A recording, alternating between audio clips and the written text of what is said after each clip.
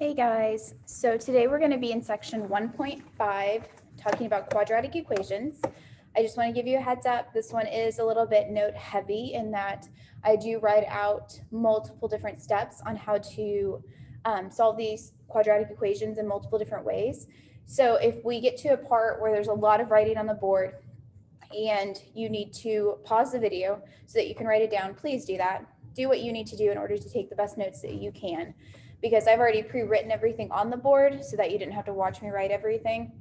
But that means I'm going to talk through it a lot faster than you're probably going to be able to write it. So please feel free to pause the video whenever is necessary so that you can get the material down.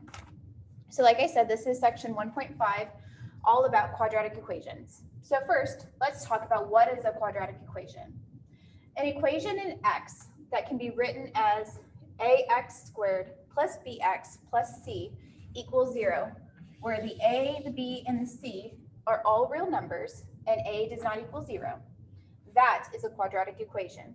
And we call this the ax squared plus bx plus c equals 0. We call this the general form. So this is the form we like to see quadratics in because this is the way that it's easiest to manipulate the equations and thus solve the equations. We also will call this a second degree polynomial. So polynomial means many, and a second degree, that's just basically looking at the biggest exponent that's applied to a variable. So there's third degrees, fourth degrees, fifth degrees. All linear equations are first degrees, and so these are second degree polynomials. Just something to note. So something we don't really talk about it in terms of saying, oh, this is the zero product principle. But it's good to notice the zero product principle and thus be able to apply it later on. So I am going to tell you what it is. The zero product principle states that if the product of two algebraic expressions is 0, then at least one of the factors is equal to 0. So, and another way of saying that is if AB, those are being multiplied, if AB equals 0, then either A equals 0 or B equals 0. Could both A and B equal 0? Yes, it could. But you know that at least one of them is going to equal 0 as you move forward. So that's something good to note as we go along, because that's how we're going to solve equations and figure out what our variables are. I'm going to scoot you down. Okay, so in 1.5, I'm going to teach you about 4 different ways to solve quadratic equations. And the first way we're going to solve quadratic equations is by something called factoring. Factoring is one of those tools that the more you use it, the better you'll get at it.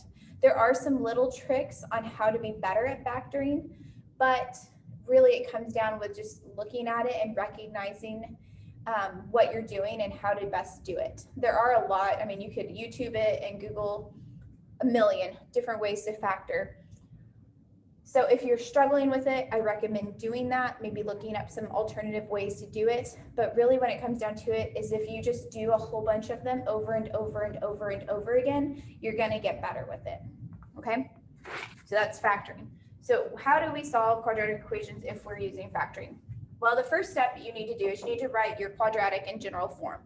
A lot of times it will come in general form, the ax squared plus bx plus c equals 0. But if it's not already written in that form, you want to make sure and put it in that form. Step 2, you will factor. Step 3, you will set each of those factors equal to 0. Step 4, you will solve the equations from step 3. And then in step 5, you will check solutions. Checking your solution should always be the last step, no matter what you're doing. That way you can just check to make sure that you didn't make like a mathematical error where you dropped a negative or anything like that. So while I might not put that as the last step on every single one of my step guides, know that it's always best to go back and make sure that you did the work right. Okay. You can see this first one here. It's our first example to solve by factoring. So I'm going to show you this one first, and then I'll move you down. That way, if you're still writing, you can keep going. So our first example says 4x squared minus 2x equals 0. So factoring is where you're going to pull stuff out in order to set it equal to 0. So if we're looking at this, we don't have a plus c on this, but this is written in general form, so that's fine. Our c in this case would be 0. So what, if anything, can we pull out? What do I mean when I say pulling out? I mean, if we're looking at the 4x squared and the minus 2x, what do they have in common? Well, 4 and 2 both have 2 in common, and then the x squared and the x both have an x in common, right? So that means we can pull out a 2x. If we pull out a 2x, that leaves me with a 2x here, because 2x times 2x gives me 4x squared, minus 1, because 2x times a negative 1 will give me a minus 2x, equals 0. This is why I talked about the zero product principle, because now we have an a times a b equals 0. So now what we can do is we can set each of our factors equal to 0 and solve for our x. So we would set 2x equal to 0, and we would set 2x minus 1 equal to 0. This 2 is multiplying the x, so I divide both sides by 2. 0 divided by 2 is still 0. I'd add the 1 over. Again, divide by 2 on both sides, so I get x equals 1/2. Now, the way that you would check this is you would plug each of these solutions into the original problem. So I would have 4 times 0 squared minus 2 times 0 equals 0, which is 0 minus 0 equals 0, 0 equals 0. So 0 works. Then I do the same thing with a half. 4 times 1/2 squared minus 2 times 1/2 equals 0. Again, be careful about order of operations here. You need to do your exponents before you do your multiplying. So it's 4 times a fourth minus 2 times a half is 1. 4 times a fourth is 1 minus 1 equals 0. 0 equals 0. That checks. So that is the solution. So this is factoring by pulling something out, but you're going to have factoring where you take a trinomial, something that has 3 parts, and you're going to factor it into 2 exponents. You're multiplying together. Hopefully you've seen factoring. Ugh, I hate that angle. This one's like right in the middle of no man's land, and I can't move the desk over anymore. There, I'll angle it that way a little bit. So here's our second example with factoring. Now remember, the first step is we want to have it in general form, where we have ax squared plus bx plus c. Right now we have it equal to c. So we need to subtract that 4 over.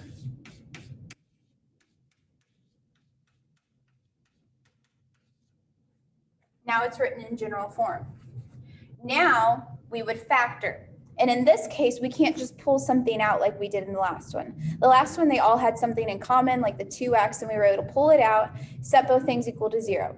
In this case, we're going to have to factor, which you can think of factoring as the opposite of foiling. So foiling is where you do your first, outer, inner, and last.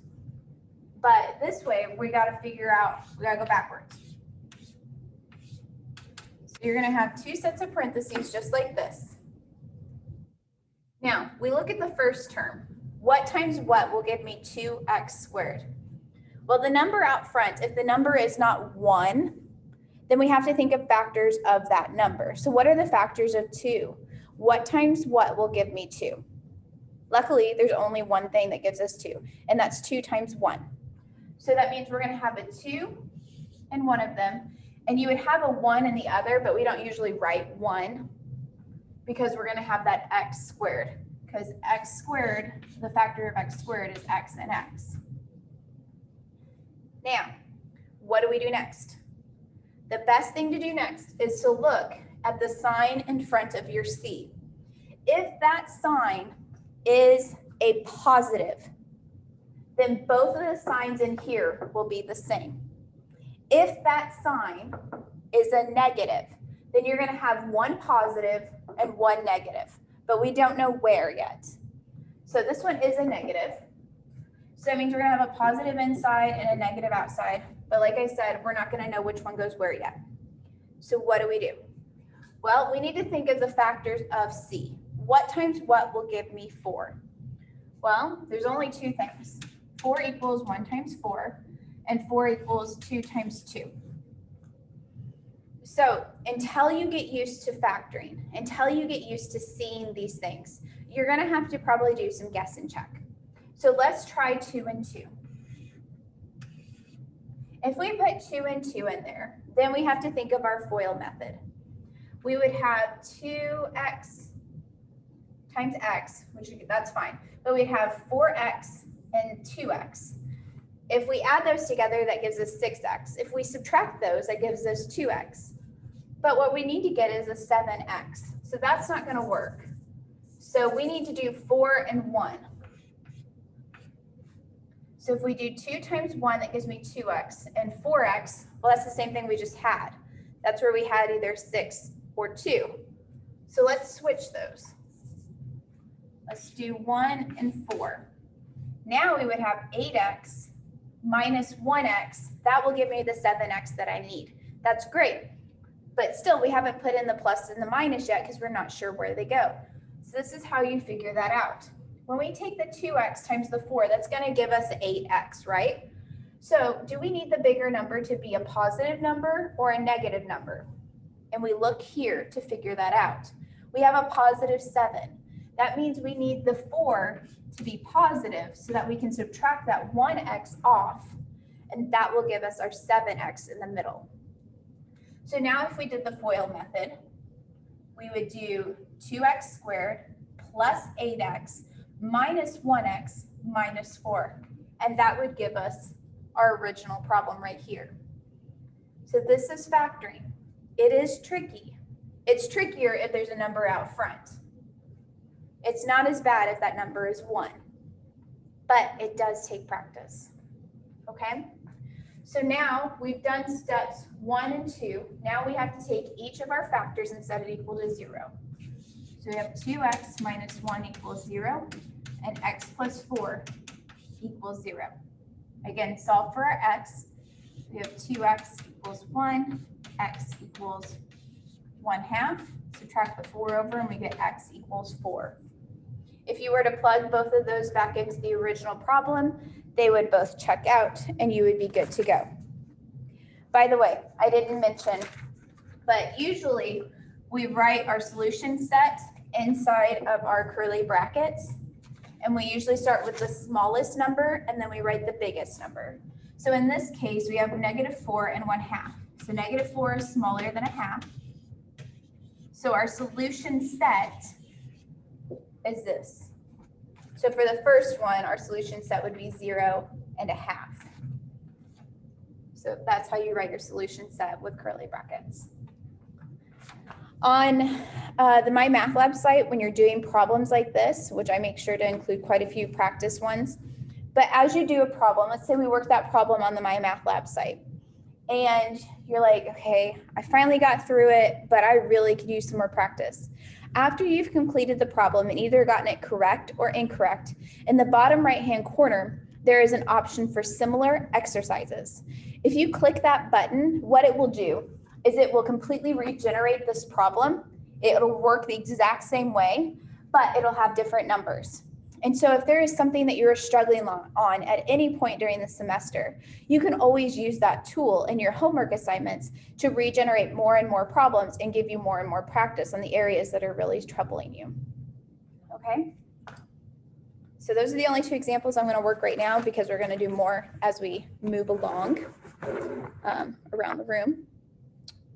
So let's talk about the square root property. The square root property states that if u is an algebraic expression and d is a non-zero number, then u squared equals d has exactly 2 solutions. So another way of thinking of that is u squared, if u squared equals d, then u equals the square root of d, or u equals the negative square root of d. A lot of times we don't think about the negative square root of d, but it's true. And I'll do an example for you. And I'll probably do a simpler example just to kind of show you what I mean. Let me start off with the simpler example first. So let's say x equals 9. X squared equals 9. So if x squared equals 9, then the way that we would traditionally solve that is square root both sides. If we square root both sides, then we get x equals 3. And that's usually what we think. We think if the square root of 9 is 3. And that's correct, but it's not complete.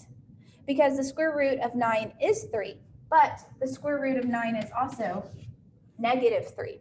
That's because if you take negative 3 times negative 3, the two negatives will become a positive, and that becomes a positive 9. So even though in general, when we talk about the square roots of whole numbers, we only usually think about the positives, we can't negate that negative out there. And that's what the square root property states. So let's do an actual equation so that you can see what I'm talking about and how we use that to solve quadratics. So we have 3x squared minus 15 equals 0. So we're going to use the square root property to solve this. So what we need to do is we need to get x by itself. So to do that, we'll take 3x squared and we're going to add that 15 over to the other side. Now, x still is not by itself. We got to divide both sides by 3. So you get x squared equals 5.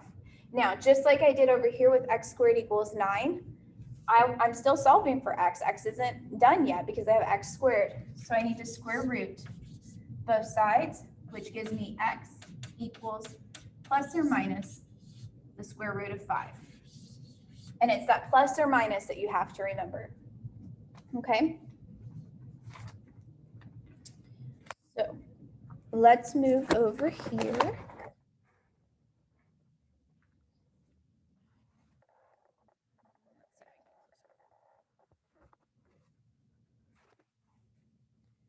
Okay, so far we've done factoring, we've done the square root property. Now we're going to do something called completing the square. You would have seen this in Algebra 2 if you've taken that in high school. I can't think of another math class you would have seen it in. But completing the square. So the purpose of completing the square is to get a perfect square trinomial. What does that mean? A perfect square trinomial factors into something times itself. So when we factored earlier, we had 2x minus 1 times x plus 4. Those are not the same thing. When you complete the square, you'll get the same thing in each parenthesis, and that's why we do it. So there's two ways that will look. It'll look like a squared plus 2ab plus b squared, and that factors into a plus b quantity squared. Or you'll have a squared minus 2ab plus b squared, which factors into a minus b quantity squared. Okay, so how do you do that? How do you complete the square? Well, you take half of the coefficient of x, you square it, and you add it. So we have x squared plus bx. To complete the square, we need to take half of b and square it. Oops, that's a b. Take half of b and then we square it. When we do that, that will allow us to factor into x plus 1/2 b quantity squared. So it makes it really nice. We don't have to worry about, okay, this times this, and then there's a plus here and a minus here. When we complete the square, it makes it so nice. Okay, we're going to do a couple of examples because it's kind of a weird thing, but it's actually really nice. And you'll use it later on in the semester when we talk about circles. So don't just like learn it for a day and forget about it because it's going to come back. Okay, so we're just going to complete the square. We're not solving anything. We're just going to complete the square on these. So we have x squared plus 8x, and we want to complete the square. So maybe over to the side, it would be helpful for you to identify what is your b. Well, your b in this case is the coefficient in front of your x. So that would be 8. So 1/2 b is what?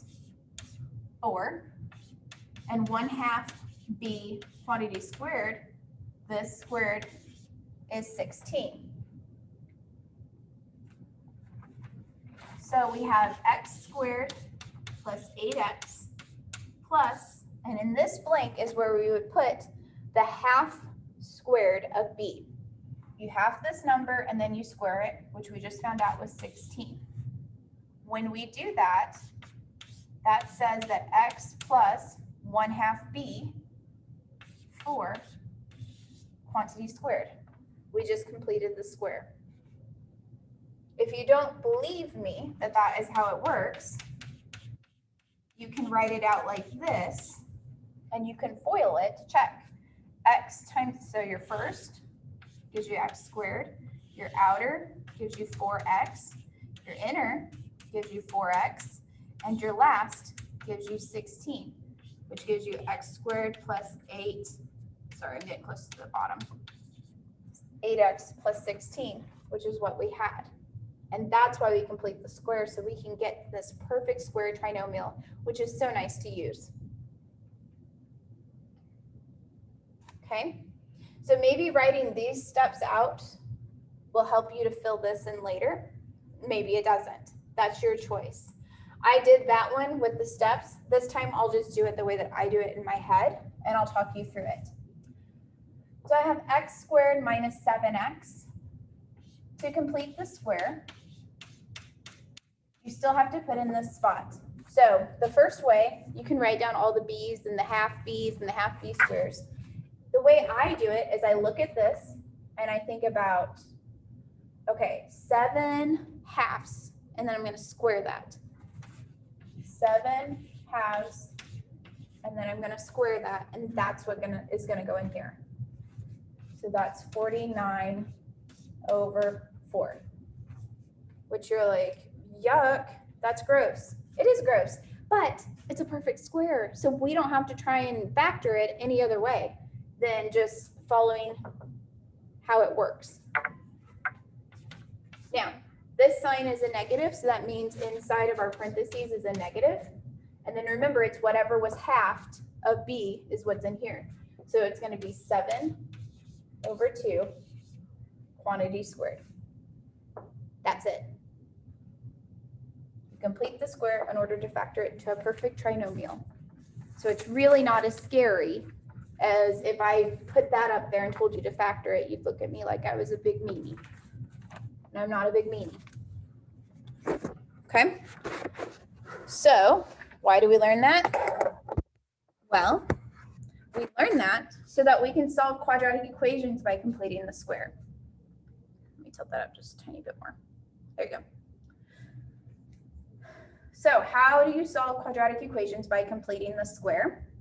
Well, step 1 says if your a does not equal 1, then you need to divide both sides by a. So basically you want your a to be 1 always when you're doing completing the square.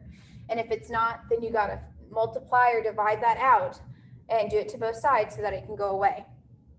So once you have it in the general form where the a is 1, then step 2 says you're going to get your variables on one side and your constants on your other. Whoops, there's an x. So you'll keep your ax squared plus bx on one side, and you'll move all your constants over to the other side. Step 3 says you'll complete the square.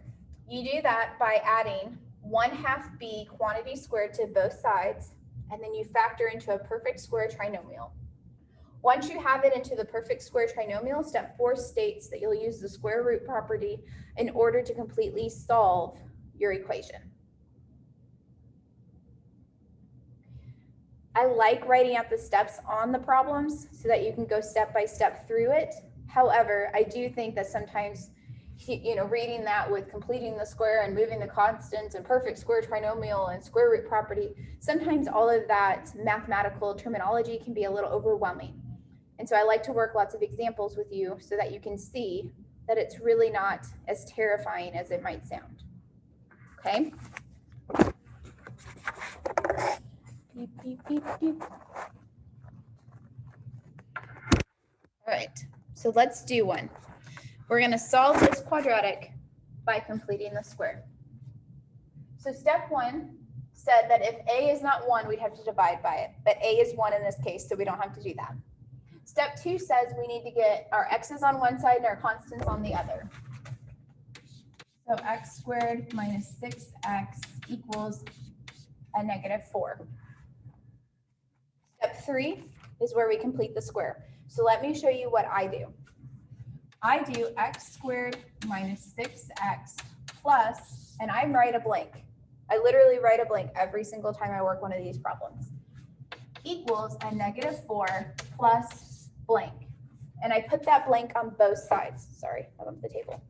I do that because step 3 states that we're going to add 1/2 b squared to both sides. So whatever I put in this blank, I have to add to the blank over on the other side. So what is my b? My b is 6. What's 1/2 of 6? 3. 3 squared is 9. So 9 is the number that I put in to both of my spots. Now I do that so that I have a perfect trinomial, perfectly square trinomial.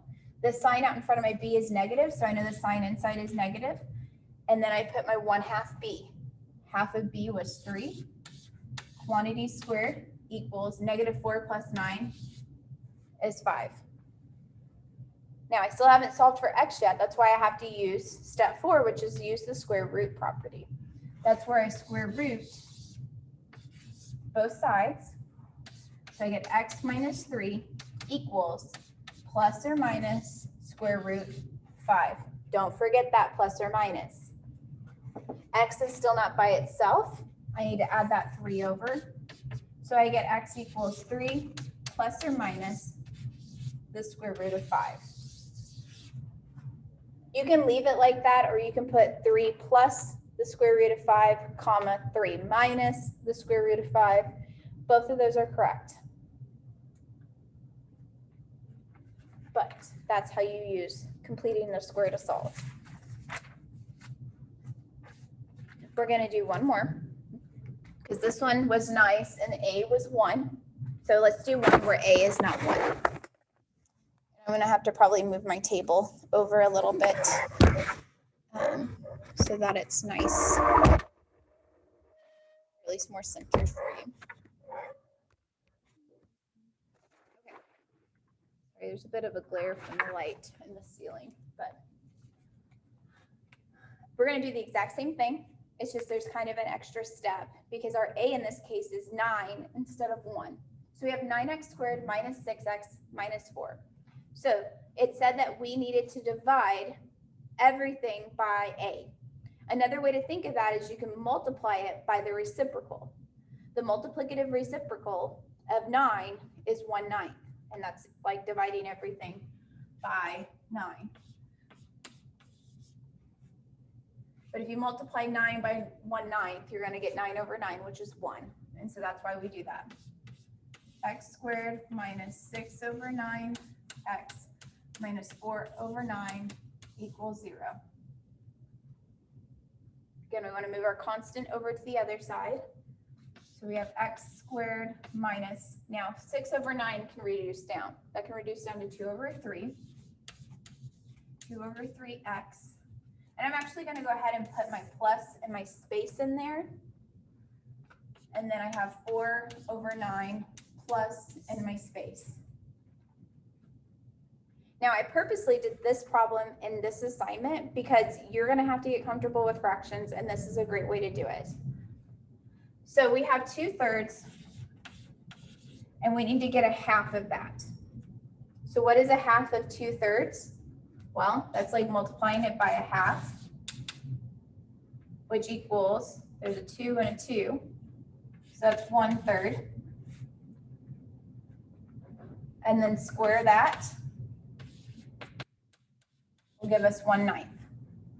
So 1/9 is what goes in our spaces.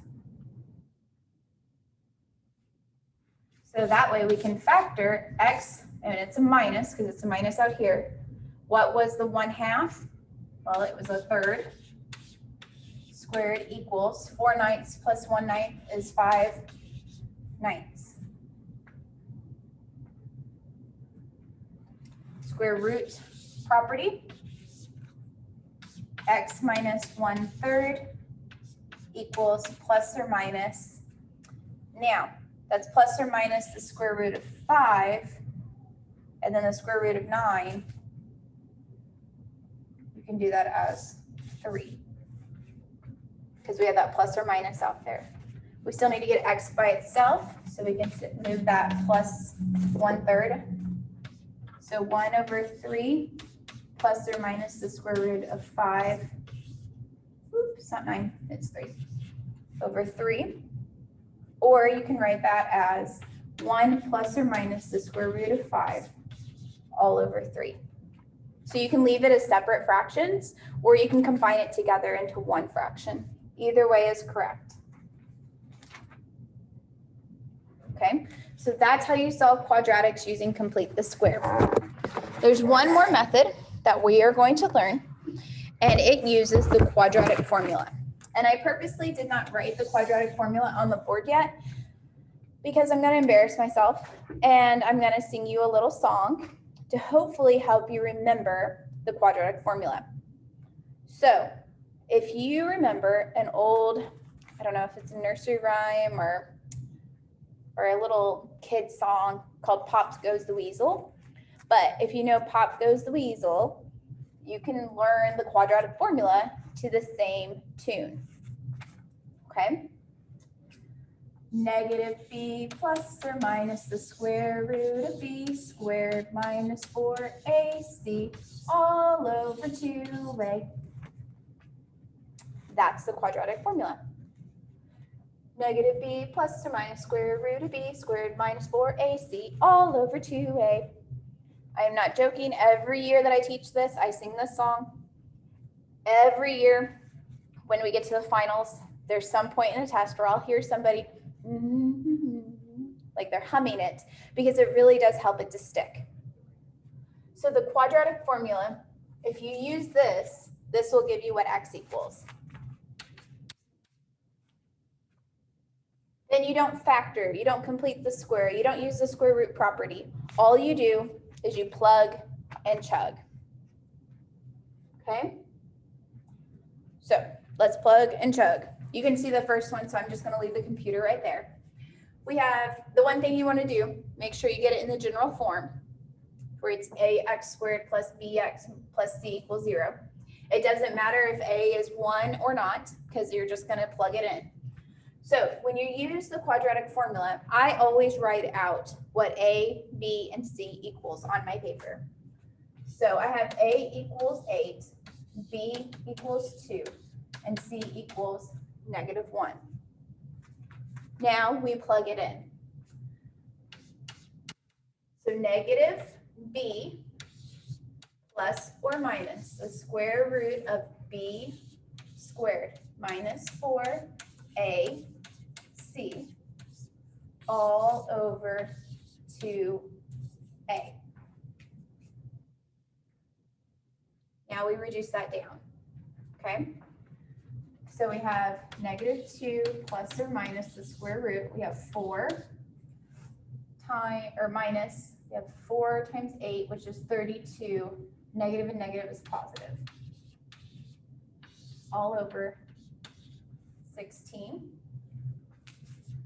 -2 plus or minus the square root of 36 all over 16.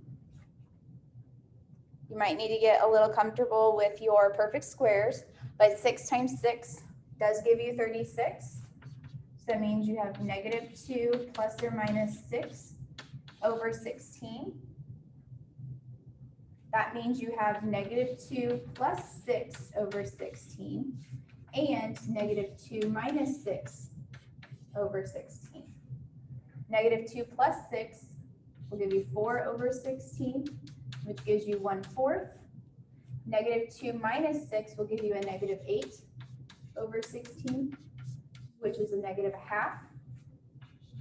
That means your solution set is -1/2, comma, 1/4.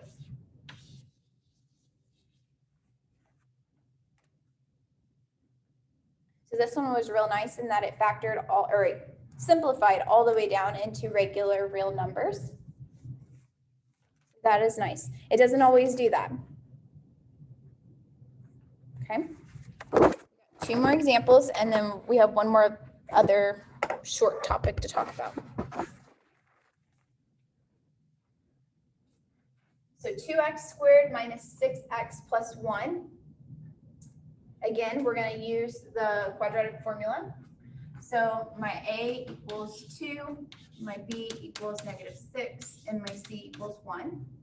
So negative B plus or minus the square root of B squared minus 4AC all over 2A. Well, a negative times a -6 becomes a +6.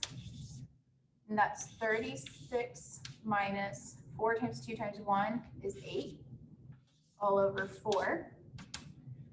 6 plus or minus the square root of 28 all over 4.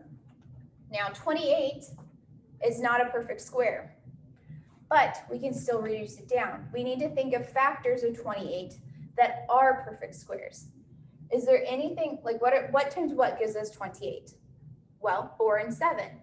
4 is a perfect square. So that's 6 plus or minus the square root of 4 times 7 all over 4. And what that means is we can square root that 4 and bring it out to where it's 2 square roots of 7 over 4. Now 6 and 2 and 4 all have a 2 in common. So we can take 3 plus or minus the square root of 7 all over 2. And that is our solution. There's 2 solutions. There's 3 plus the square root of 7 over 2. There's also 3 minus the square root of 7 over 2. So this one didn't go down all the way to nice numbers, like a 1/4 and a half. But that's okay, because it's still correct. So at some point, you might not have a perfect square, and that's okay. You might be left with a radical. That's okay. Just pull out any of the perfect squares you can to simplify it down. All right, one more example. We have 3x squared minus 2x plus 4. A equals 3, B equals -2, C equals 4. So we have negative B plus or minus the square root of B squared minus 4AC all over 2A. Negative and negative makes that a positive. 4 minus 4 times 3 is 12, times 4 is 48, all over 6. 2 plus or minus the square root of a -44, all over 6. Well, that's 2 plus or minus the square root of 4 times -11, all over 6. 2 plus or minus, and then take the square root of 4, which is 2, square roots of -11 over 6.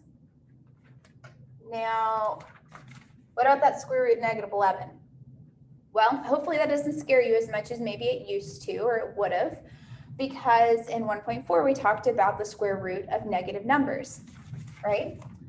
We could rewrite that as 2 plus or minus 2 square root of -1 times 11 all over 6.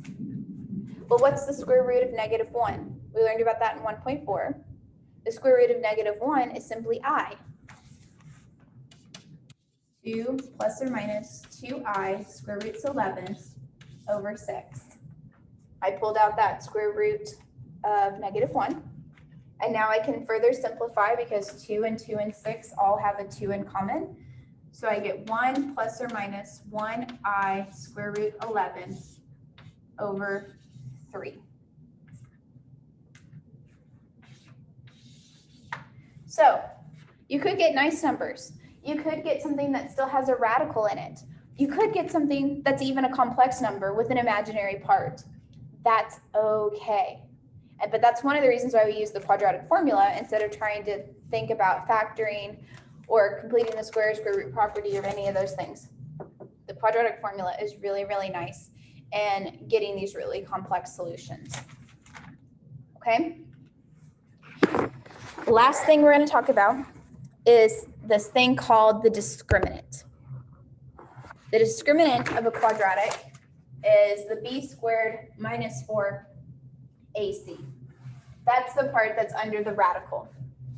Okay? If we look at just that part of our quadratic formula, it will tell us how many solutions we're going to have to that quadratic equation and what kind they are.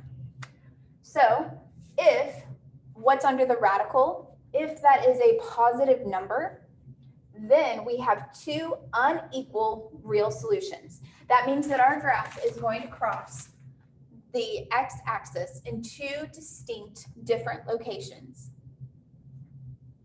If what's under the radical of our quadratic equation equals 0, that means we have one real solution. And that looks like where our vertex of our quadratic is on the x-axis. If the b squared minus 4ac, if what's under our radical in our quadratic equation is less than 0, so it's a negative number, then there's no real solutions. There is two imaginary solutions. So that means it doesn't cross the x-axis at all. And we actually just did one of each type of these. The last one, what was under our radical was negative 44. And so we got two imaginary solutions. So the discriminant is nice because it can kind of help you check yourself. So we'll do 3 quick examples where we're just finding the discriminant, and then we're going to find the number and type of solutions based on what we find the discriminant to be. So remember, the discriminant is the b squared minus 4ac.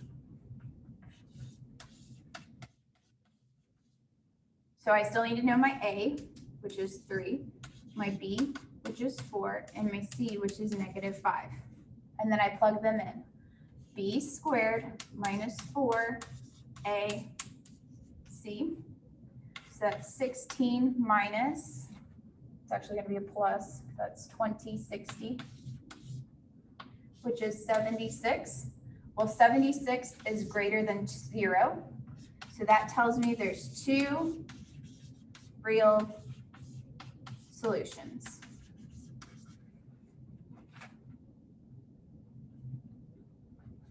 Okay, b squared minus 4ac. My a in the second case is 9, my b is negative 6, and my c is 1. So I have negative 6 squared minus 4 times 9 times 1. That's 36 minus 36, which is 0, which equals 0, which tells me there's one real solution. So based on the fact that there's 3 distinct discriminants, I bet you could just deduce logically what this last one's going to do, but it's still nice to see. B squared minus 4ac, a equals 3, b equals negative 8, c equals 7. So I have negative 8 squared minus 4 times 3 times 7. Well, that's 64 minus 12 times 7, which is 84, which is minus 20, which is less than 0. So that tells you there's no real solutions, but there are 2 imaginary solutions.